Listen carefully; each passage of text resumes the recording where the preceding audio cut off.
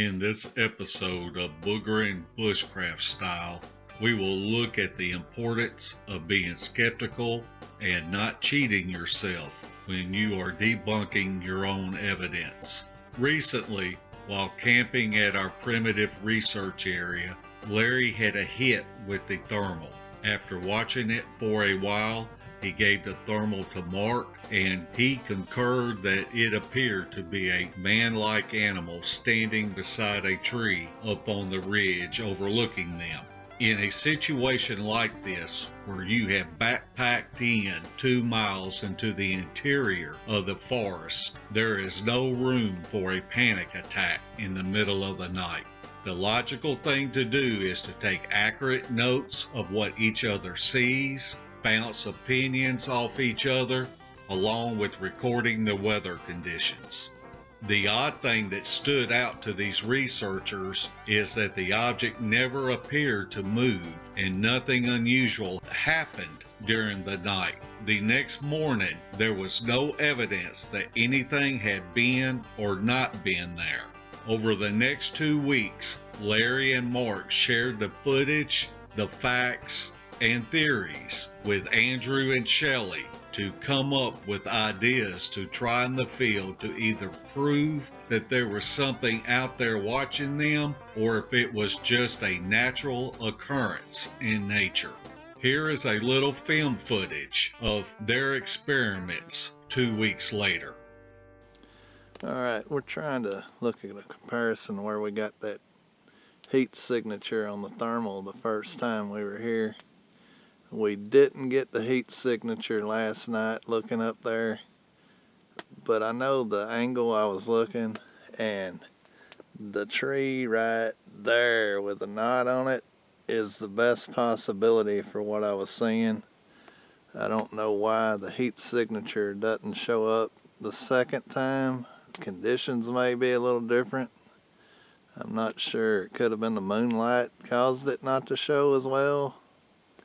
But later on tonight, I'm going to walk up there and I'm going to let Mark film me with a FLIR at that position and just do a comparison.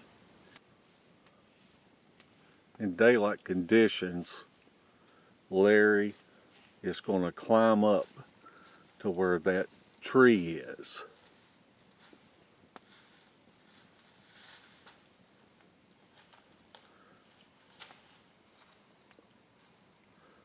We didn't see the heat signature last night.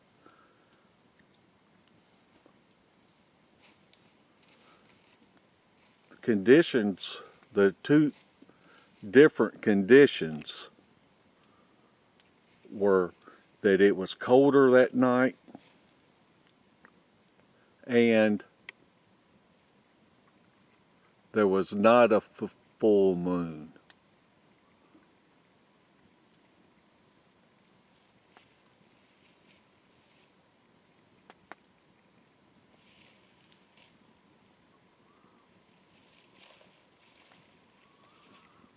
He is at the tree point.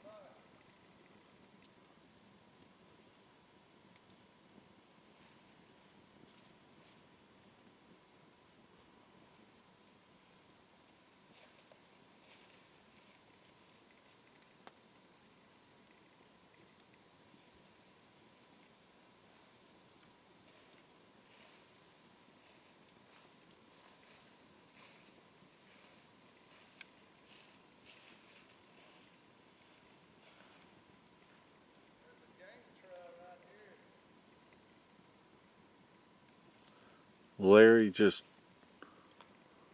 said that there was a game trail right there.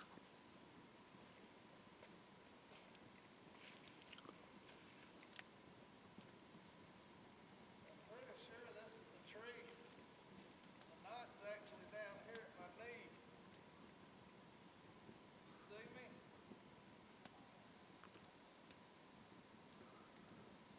The knot is actually down around his knee level.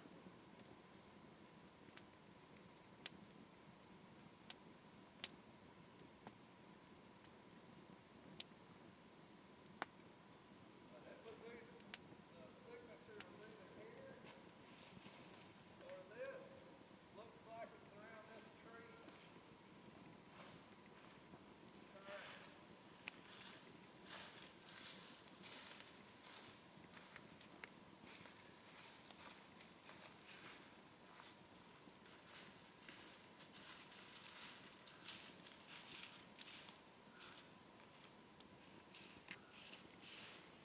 My little friend's out of breath.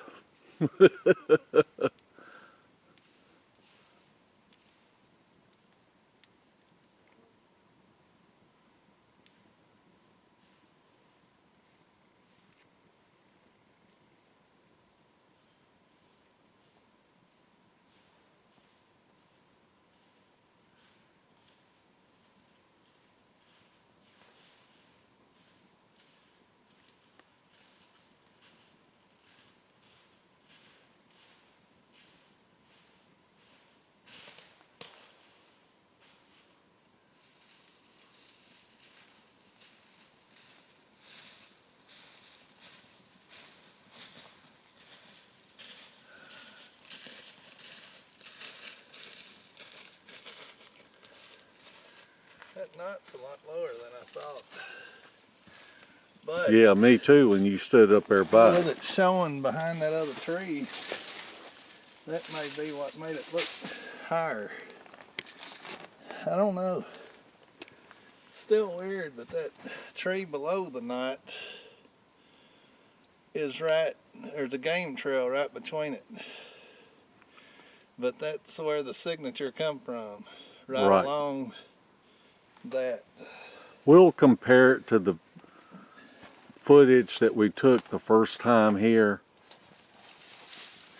with the thermal, and I'm sure I took video of that ridge before it got dark. And maybe we can find somebody that can overlap it. As you can see, when we returned 2 weeks later, the thermal did not pick up any heat signatures the first 2 nights.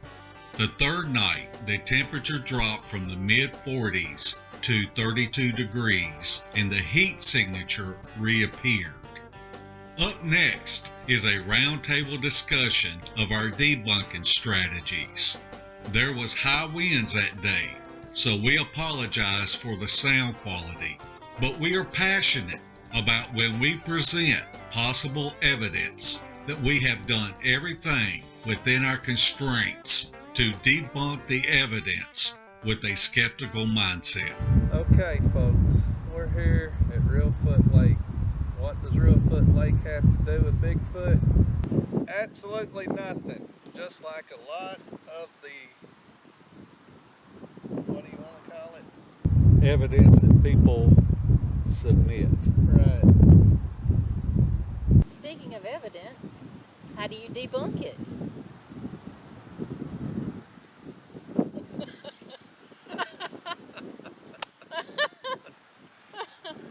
Well, first of all, if you gotta ask how to debunk evidence, you're in trouble already. Really, why is that, Larry? Oh, don't do it that way. That is so freaking fake. I can't say it any other way. So you're saying most evidence is fake? Not most is fake. Most is just misconstrued by the person looking at it. Misidentification. I Right. believe that, yes. A lot of things that are natural, some people believe Bigfoot did it. A lot of foot impressions could be weathered boot prints that people just misconstrue as a foot impression, but Or a scuff in the dirt? or a scuff in the dirt, exactly. Or something in the middle of a gravel road that's been packed for 10 years. If you want to go that far. That's in the shape of a footprint. Right. There's many anomalies that people misconstrue as evidence. For example, at our last camp out, we were sitting at the campfire, and I picked up my thermal and I scanned up a ridge to the right. And what my mind saw in that thermal was somebody peeking out the side of the tree looking at us. Yeah, that happens. And I even told Mark, I said, I think we've got one watching us. And I kept looking, it kept staying in the same spot, didn't move. Handed Mark the thermal, he saw it, and it did look like somebody peeking out from around the As soon tree. as you threw the thermal up, it stood out. It looks different than what it did in the video. out there in pitch black in the middle of nowhere and you throw that scout up, which is mono, I mean, it looked like a light bulb going off. And it was in the shape of a humanoid. And I guarantee you 90% of the people would have dropped that thermal and ran. Yeah. Convinced that a Bigfoot was watching them in their camp that night. But as dumb as we are, we sat there. And we would keep going back to that spot and looking, and it never moved. So then we got to talking about what it could be other than what we thought initially. And we come up with it could be bark that was displaced off a big tree that had absorbed heat and just had that shape. And we even went back the next time and tried to recreate the same spot looking in the same direction, and we didn't see it there that time, but we later found out that that was totally due to the temperature, because the next time we went back we looked again. The first 2 nights we didn't see it, and the third night the temperature dropped to a similar temperature that we were there previously, and you could see it up on the hill. It wasn't exactly as predominant as it was that night, but you could see the outline of it. So at that point we knew it was just something to do with the temperature and that tree absorbing the heat, and it took a certain temperature for it to show up. So how did you figure out it was a tree if it looked like a human? Because I was dumb enough to walk up there. You did? Oh yeah. In the middle of the night? Well, it was before dark. Was it? Yeah, it was. But you were using your thermal? Well, we went back whenever it got later too. We were trying to figure out if we could see any kind of bark displaced off a tree or whatever. And the knot on the tree, we thought the knot was higher up by the way that it looked looking through the thermal, but actually the knot was around where Larry's knee was at. Right. It was just the angle of the ridge just made it look like it was higher up than what it was. And that's just simple stuff that people overlook and just assume they saw a booger. Yep. And you do. You have to go back, and if you think you catch evidence or whatever, you have to go back and at least look again during the day or whatever, just to double check. You can't just automatically assume that that's what it is without checking it out. Now, if this thermal signature had been moving, Yeah. that would have been a different story. But it was stationary and took the same stance the whole time we were there. So we didn't feel like we were in danger. If we'd have saw it move from tree to tree, then we might have reconsidered a little bit. We'd made sure we had one in the chamber, wouldn't we? Yes, and not one of those breakfast burritos.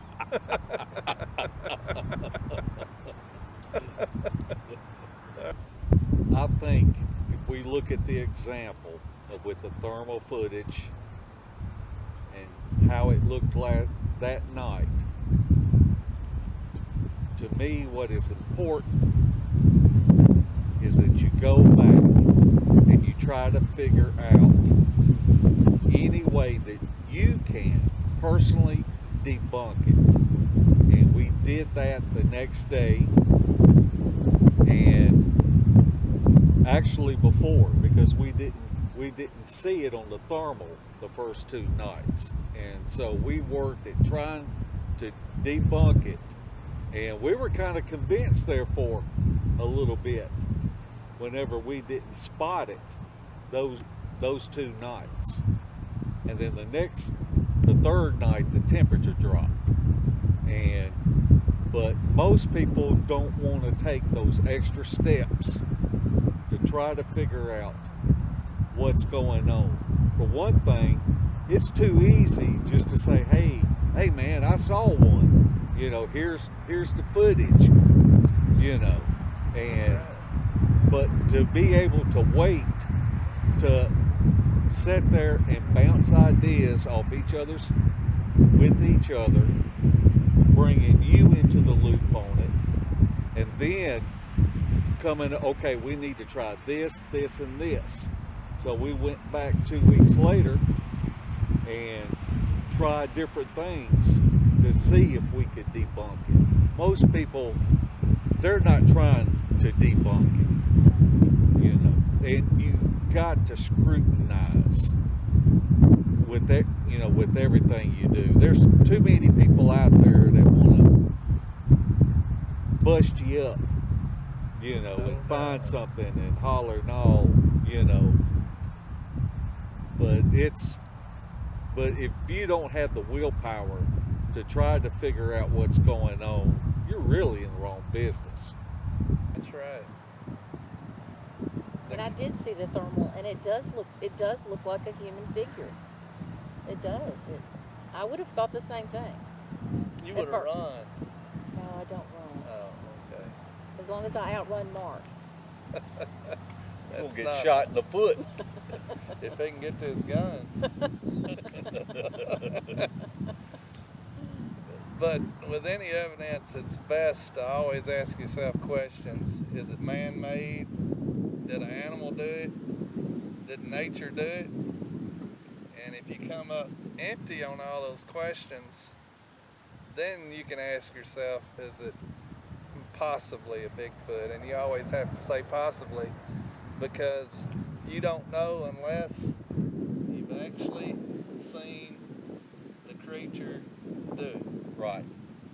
To make the print, to make the structure, to make the wood knot, to make the howl, whatever it is, it can only be possible until you see it do it. You were talking about, I think when people present evidence, say on Facebook or other venues, I think they really believe that's what that is. I don't think people intentionally put that out there, that that's what this is. Because, you know what I'm saying? People don't purposely, well, for the most part, purposely try to fool people. I think they really believe that that's what that evidence is. I say most people are sincere whenever they present evidence. But you have to be able to back up what you try to back up what you say. Right. If you can, go back and look at that again, like I said, like we said earlier, during the day, other times, get some extra photographs or whatever, because you know people are always going to doubt you on what it is, if it is true or not. Well, I agree. If you present evidence on social media or YouTube, you better be willing to answer questions why you think that's so. And you better cover your bases before you get to that point, because if you can't answer them, they're going to heckle you to death. There ain't no doubt about it. And once it's out there, it's out there. And if you do make an honest mistake, that's when you need to take responsibility for it and make sure that it's coming out of your mouth and explain why that you felt like that was a booger that you saw, and show appreciation to the person that actually pointed it out. Use it as something that you can grow from so that you don't make that same mistake. We see some people just make the same mistakes over and over and over again. It's just like crying wolf.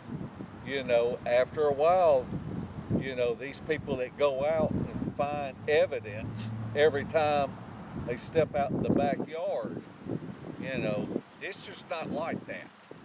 And if these creatures were that easy to spot and you saw them every time you stepped out in the yard, they'd already have them in the zoos. And on that note, we'd like to thank our sponsors at Boyette's for a great lunch. All right, we're out of here. Peace out. Thanks for watching, guys. Later. Mr. Cool Pants.